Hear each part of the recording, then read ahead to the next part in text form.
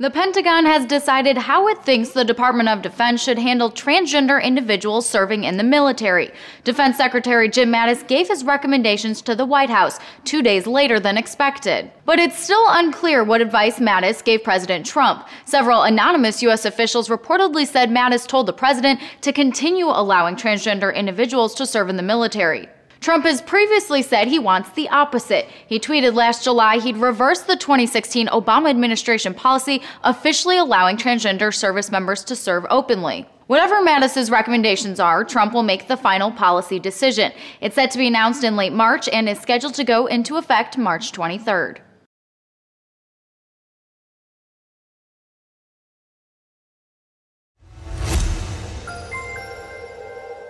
One of Indonesia's most active volcanoes erupted on Monday, February 19th. Mount Sinabung on Sumatra Island spewed columns of hot ash and smoke 5,000 meters into the air. It left surrounding villages covered in debris and some with low visibility. Indonesian volcanologists said it was the biggest eruption for Mount Sinabung so far this year. Officials have reportedly been giving out masks to protect locals from harmful dust, which can cause lungs and breathing problems. No injuries were initially reported. The local government has reportedly been working on relocating nearly 2,000 households soon. It already has relocated 170 households and looking at relocating over 1,000 more households later in the year. The volcano woke up in 2010 after being dormant for 400 years. Its latest fatal eruption was in 2016. For United News International in Metro Manila, I'm Crystal Yap.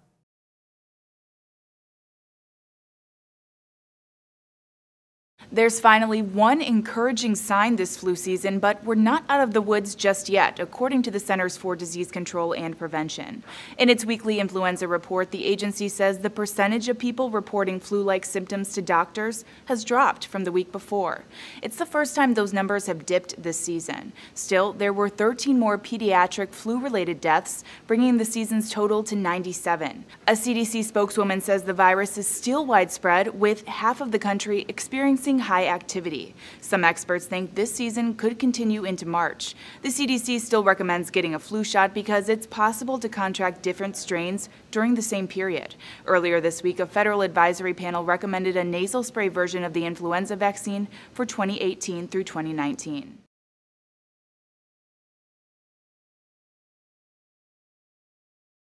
The news the U.S. Embassy would move from Tel Aviv to Jerusalem on May 14th came not in a communique, but in a tweet from Israel's intelligence minister. I would like to congratulate Donald Trump on his decision to transfer the U.S. Embassy on Israel's 70th Independence Day.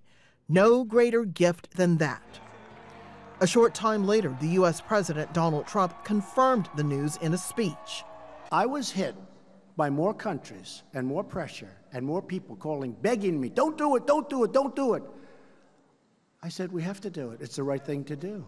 It was in December Trump announced he was moving the embassy to Jerusalem. And he angered those who said the U.S. was basically giving Jerusalem to Israel, outside of final status talks with the Palestinians. The Palestinian president Mahmoud Abbas was among those who condemned Trump.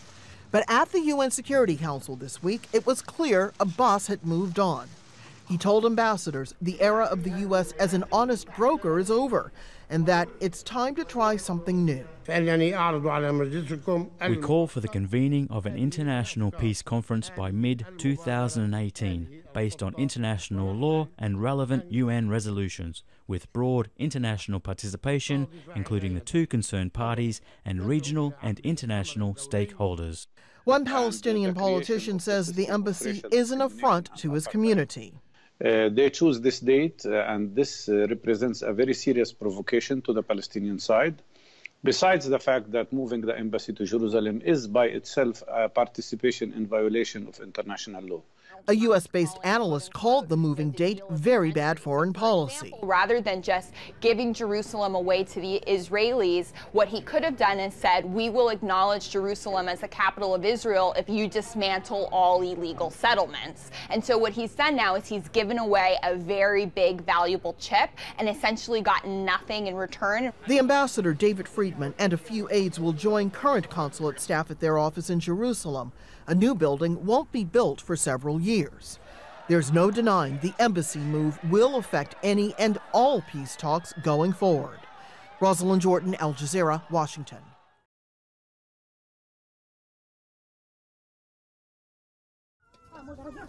Marian Danga says she had a farm and her family didn't rely on anyone for their basic needs before March last year. She lives in Bria, a town in northeastern Central African Republic that was considered relatively peaceful. But then conflict between several armed groups started. Marian and all her neighbors had to flee. So now they live here in a camp for displaced people that is on one end of the town and right at the doorstep of a UN peacekeepers base. The gunfight started at night. We hid. Everything of ours was destroyed. I came here with nothing. More than 70,000 people in Bria have been displaced in just over a year. There's a religious element to the fighting, but the rebels are also in conflict over minerals, cattle and trade routes. And what they leave behind is a trail of death, destruction and misery. It's really hard to imagine how scared people were as they fled from this neighborhood. Both Christians and Muslims used to live here before the fighting intensified last year. Different armed groups blame each other for their destruction. Power also in the north is another area where there was no fighting until recently. Newly displaced people receive food aid at the town square. Around 60,000 have fled from violence and moved into the town that already had 40,000 residents. The fighting in Central African Republic is spreading fast, with many armed groups involved. UN peacekeepers and the National Army are overwhelmed, so are aid workers who are often unable to reach many of those in need. 1 out of 2 people in the Central African Republic are in need of humanitarian assistance and protection. And due to the resurgence of violence and the fighting of armed groups, particularly here up in the north of the Central African Republic in Power, that has led to massive displacements of people. The UN is appealing for just over $500 million this year, money that will help people like Koto Suzanne, who says she has nothing left to go back home to. Armed men came to my village on a Sunday and we escaped the next day. My husband and a neighbor were killed. I don't even know where my nephew is. Their situation is desperate. Many of those we spoke to say they would rather be home, fending for themselves. But right now, home is not an option. Catherine Soy, Al Jazeera, Bria, Central African Republic. Ajita Begum is one of 688,000 Rohingya refugees who have streamed across the Myanmar-Bangladesh border, fleeing what they call a targeted campaign to wipe them out. We first met her in December. The 9-year-old had been shot 3 times in the leg, arm and armpit by a soldier at close range.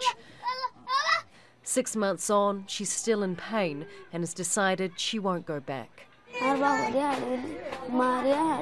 They killed my father, killed my mother. I feel scared. I don't want to go back to Myanmar. They were bombing houses, setting them on fire, pulling people out from their homes and shooting them, torturing them. I'm scared to see all that. I still feel like dying if I remember those days. They raped our women, and you can see what they did to this child. There are thousands of Ajitas here recovering from different weapons of war. These 2 sisters say Myanmar soldiers tied them to trees and raped them. Their mother, father and 3 siblings were locked inside their home, which was then set alight. Not much has changed since we first met the teenage girls in January. Their carer in Kutupalong camp got them new niqabs. Although bright and colourful, the girls say they remain cloaked in darkness. We can't go back to Burma if we are asked to. We don't have parents, brothers and sisters. No house to live there. Where shall we live?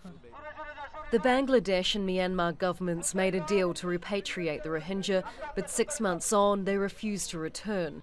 In November, Abdul Faiz showed us his house right across the border.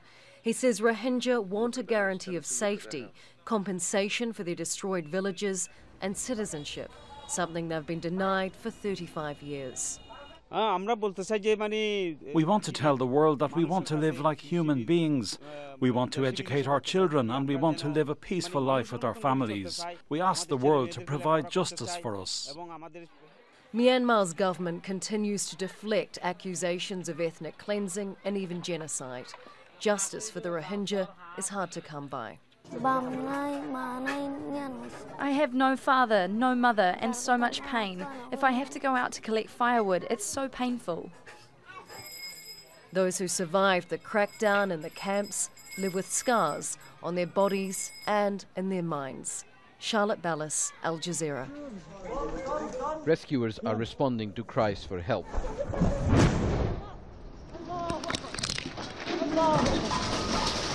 But in eastern Ghouta, nowhere is safe. In moments of panic, they search for children who disappeared in the debris. The children call for their father. The civil defense worker says they must hurry to the basement. Activists accuse the Syrian government and Russia for the airstrikes and shelling. The suburb of Syria's capital, Damascus, has been bombarded especially hard for the last week. At night, the only light these days is from the fires which start after the bombings. These children prayed in the dark in an underground shelter. One of them wants the world to feel their pain. No food, no water. Every day we sleep on the floor. My back hurts. We can't bring a pillow from our house. If we get out, we'll get hit. Don't you know that? Imagine your children being bombed. What do you want me to say? We ask you, the world, for safety. The floors are damp, the air is humid, and it's cold underground. There are few basements in Ghouta, home to nearly 400,000 people.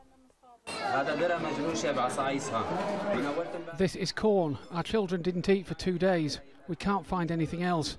We'll feed them this as a meal. God help us. Syrians living in cities abroad have protested in small gatherings.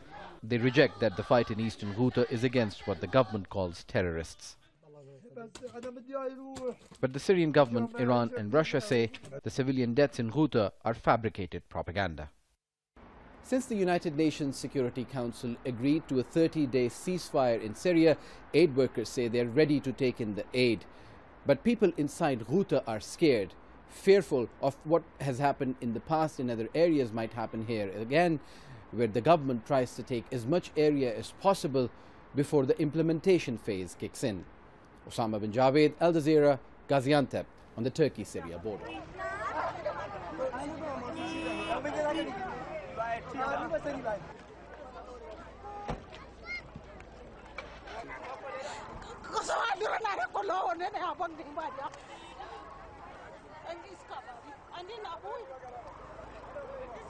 So all the people of this very town, we are really desperate. So most of our people live in the bushes, hamlets, so we are still expecting the arrival of many of our students.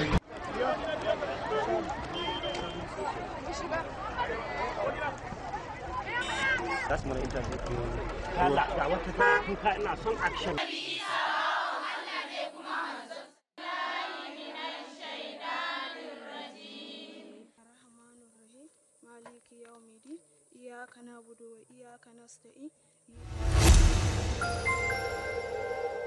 At least 5 people have died and 15 people are missing after a landslide on the Indonesian island of Java. According to a spokesman from Indonesia's National Disaster Mitigation Agency, the landslide happened on Thursday, February 22nd, in the Brebes district of Central Java.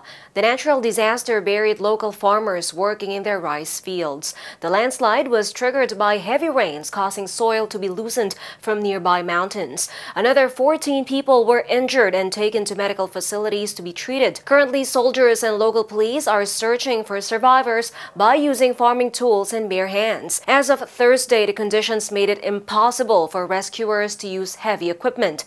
Landslides are a common occurrence in Indonesia, especially during the country's monsoon season, happening from October to April. For United News International in Metro Manila, I am Crystal. At least 17 people died when a massive mound of garbage collapsed in Mozambique. Heavy rains triggered a mudslide February 19th at the Ulena garbage dump in the capital city of Maputo. It brought down a pile of garbage measuring 15 meters high and destroyed at least 5 homes in its path. Many are still unaccounted for, however, and more bodies are believed to be buried beneath the rubbish. Over half of Mozambique's population lives in poverty, and this dump is located in one of the most impoverished areas of Maputo, a city of more than 1 million people. Reuters reports many of the homes surrounding the Ulena dump had been built illegally. Many people also visit the site hoping to find food or something they can sell. One area resident told AFP news agency the dump is full and should have been closed years ago. For United News International, I'm Matt Paul. At least 18 people have been killed after 2 car bomb attacks in Somalia's capital, Mogadishu. Islamist militant group Al-Shabaab have claimed responsibility for the blasts. Police said the first car bomb went off after militants breached a checkpoint near the president's residence by shooting at security personnel. The second blast was in a car parked in front of a hotel away from the palace. Security forces shot dead 5 gunmen suspected of trying to attack the building. Mogadishu was the target of a truck bombing in October that killed over 500 people in the deadliest attack in the nation's history. At least 44 people have died in Peru when a coach plunged some 100 meters into a ravine. It's the second major bus crash in the country this year. It occurred on a curve on the Pan American Highway in the Acona district. A passenger list suggests at least 45 people had signed up for the journey, but police say the number of dead and injured suggests more passengers had boarded the coach along the way. Some 20 people are said to have survived. Road accidents are common in Peru, where many highways are considered unsafe and bus drivers lack training. Last month, 52 people died when another coach collided with a truck and fell over a cliff. Search and rescue teams in Iran have located a missing plane that crashed with 65 people on board.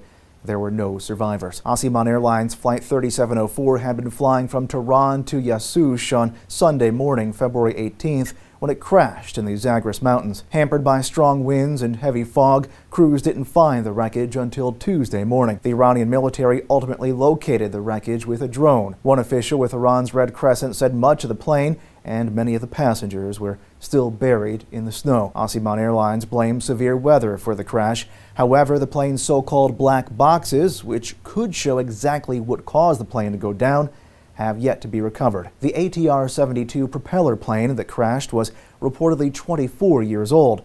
This was just the latest of several deadly Iranian plane crashes in recent years. For United News International, I'm Matt Paul.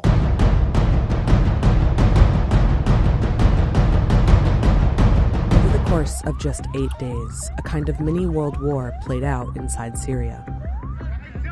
Conflict intensified, involving major players like the US, Russia, Turkey, Israel, and Iran. Kurds, rebel groups, and forces loyal to Syrian leader Bashar al-Assad also got involved. Here's how one of the most chaotic weeks in the Syrian war unfolded. Saturday, February 3rd. A Russian airplane is shot down over Idlib province, apparently by anti-Assad rebels. Sunday, February 4th. Pro-Assad forces bomb the same province. A suspected chemical attack is reported by doctors in rural Idlib. Rebels blame the Syrian regime. Monday, February 5th. Russians launch airstrikes targeting eastern Ghouta, a rebel-held area near the capital Damascus, leaving more than 100 dead over the next several days. Tuesday, February 6th. The UN calls for a ceasefire, saying Syria faces an extreme humanitarian crisis. Syrians say Israeli warplanes fire missiles near Damascus.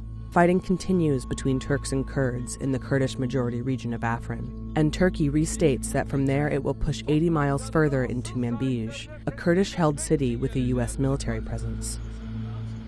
Wednesday, February 7th.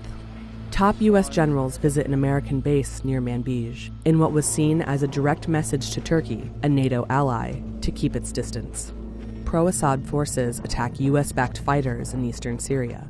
The U.S. launches a rare air assault in response. At least 100 pro-Assad troops, including Russian mercenaries, are presumed dead. Thursday, February 8th. rebels and civilians continue to suffer withering air assaults in eastern Ghouta, some of the worst of the 7-year civil war. Saturday, February 10th. An Israeli F-16 crashes in northern Israel after coming under heavy fire by the Syrian military. Israel said it had shot down an Iranian drone that entered its airspace after being launched from Syria. A Turkish helicopter is also shot down by Kurdish fighters. 2 pilots are killed, and 7 other Turks die in fighting. It's the highest one-day death toll since the Turkish incursion in Syria. All of this played out against the backdrop of the continuing U.S. mission to defeat ISIS, a fight that remains ongoing even as other conflicts arise.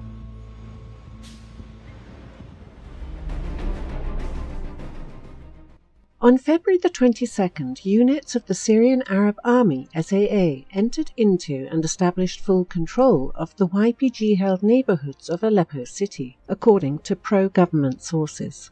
A representative of the Kurdish People's Protection Units, YPG, confirmed the SAA deployment to the Kurdish Hawa news agency. According to the release statement, YPG units from the city of Aleppo had moved to the Afrin area to combat Turkish forces. However, some sources say that some YPG units will remain in the neighborhood of Sheikh Maqsoud.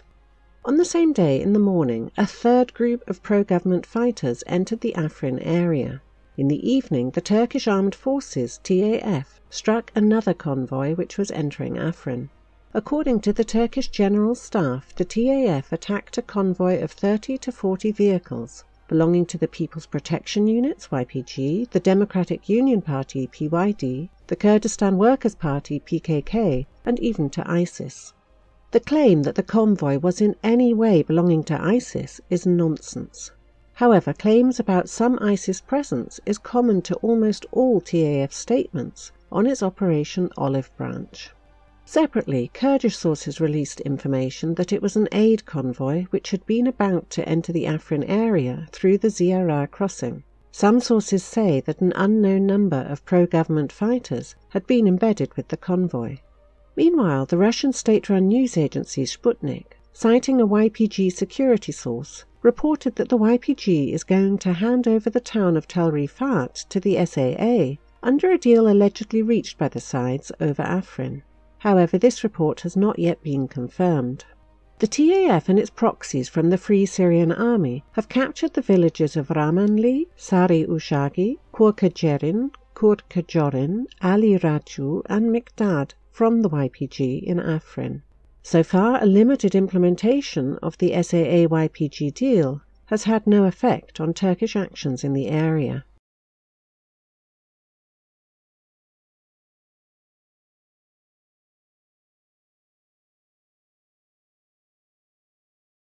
Hayat Tahrir al-Sham, formerly Jabhat al-Nusra, and the so-called Syrian Liberation Front SLF, a coalition of Ara al-Sham and Noor al-Din al-Zenki, continued clashing with each other in what the mainstream media would call a democratic competition for southern Idlib and western Aleppo.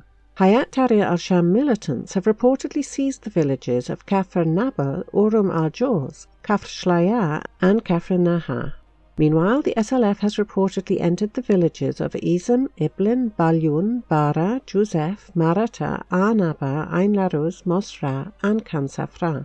Both sides claim that the so-called enemies of revolution have suffered major casualties. So much for the unanimity at the UN Security Council. The month-long ceasefire it voted on Saturday in Syria appears to be in tatters, as fighting continued in eastern Ghouta, with the Syrians and Iranians saying they would continue to attack what they called terrorists. The fighting came just hours after a diplomatic breakthrough was being held in New York, after hours of discussions, talks that appear to have gone unheeded on the ground.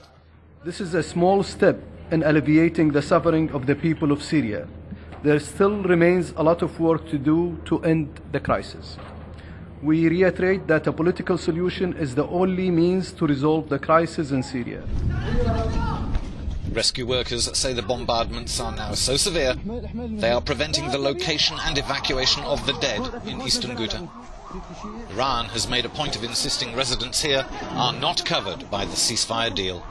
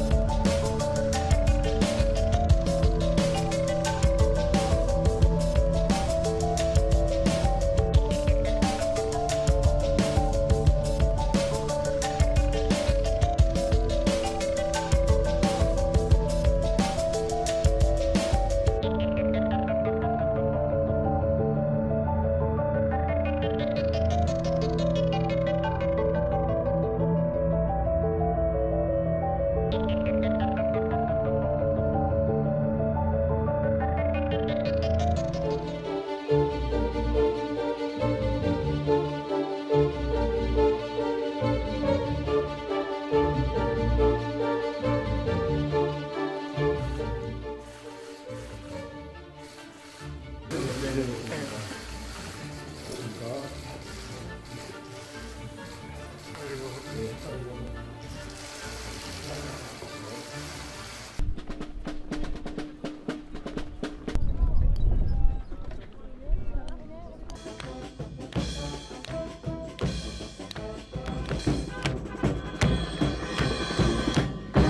know, for all the media fawning over the sister of the North Korean dictator, I think it's important that every American knows who this person is and what she's done. The sister of Kim Jong-un is a central pillar of the most tyrannical and oppressive regime on the planet. An evil family clique that brutalizes, subjugates, starves, and imprisons its 25 million people.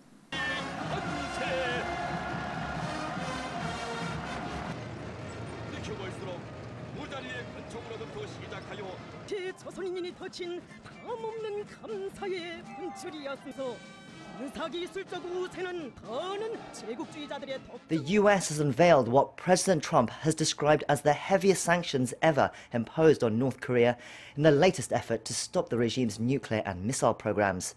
They target dozens of foreign companies and ships that Washington says conduct trade with Pyongyang. Trump also warned of an unspecified Phase 2 in his administration's North Korea policy if the sanctions are not effective. Park Ji-won reports. The United States has announced its largest ever set of new sanctions against 27 shipping and trade companies, 28 vessels and 1 individual, all involved in helping North Korea evade existing sanctions. The sanctioned shipping companies and vessels are from North Korea, China, Hong Kong, Singapore, and Panama. This action targets the deceptive shipping practices that have enabled the Kim regime to fund its dangerous weapons programs. Our actions target shipping and trade companies, vessels, and individuals across the world who we know are working with North Korea's behalf. The U.S. hopes the sanctions will significantly limit the regime's ability to engage in already banned international trade, such as illicit coal exports. Through the sanctions, the U.S. aims to cut off the regime's revenue sources, which are funneled into the North's nuclear and ballistic missile development programs.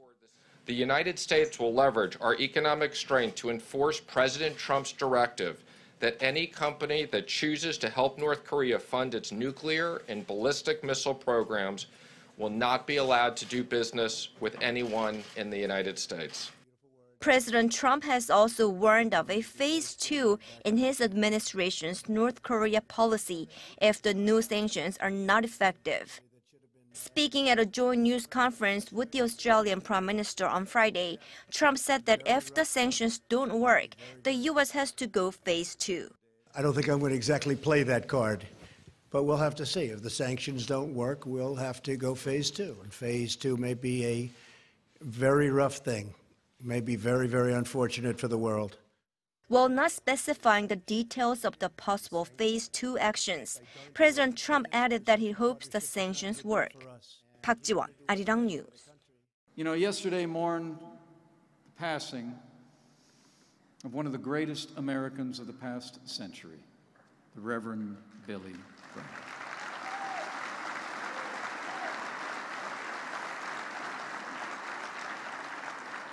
We remembered his ministry. A ministry for the gospel that changed the lives of millions. And we remember his matchless voice that inspired our nation during some of our darkest times. I remembered one such time just yesterday. His words at the National Cathedral 17 years ago. Words spoken just 3 days after the worst attack on American soil since Pearl Harbor. I was there as a first-term member of Congress, and I'll never forget what he said. On that day, Billy Graham said to the American people, "The spirit of this nation will not be defeated." But he admonished Americans to, in his words, come together to confess our need for God. He said, We've always needed God from the beginning of this nation, but today we need him especially. And he reminded us that the Bible says, God is our refuge and strength, an ever-present help in trouble. Therefore, we will not fear. And so with that admonition in my heart, I close today with faith. Faith in the boundless capacity of the American people. Faith in the president and the leaders they've elected to represent them at every level. And with that other kind of faith, what Billy Graham called hope for the present and hope for the future. That in the days ahead, as we work to advance our cause, restore our country, let us also remember to claim that hope, remembering those ancient words that if his people, who are called by his name, will humble themselves and pray, he'll hear from heaven and he'll heal this land, this one nation, under God, indivisible, with liberty and justice for all.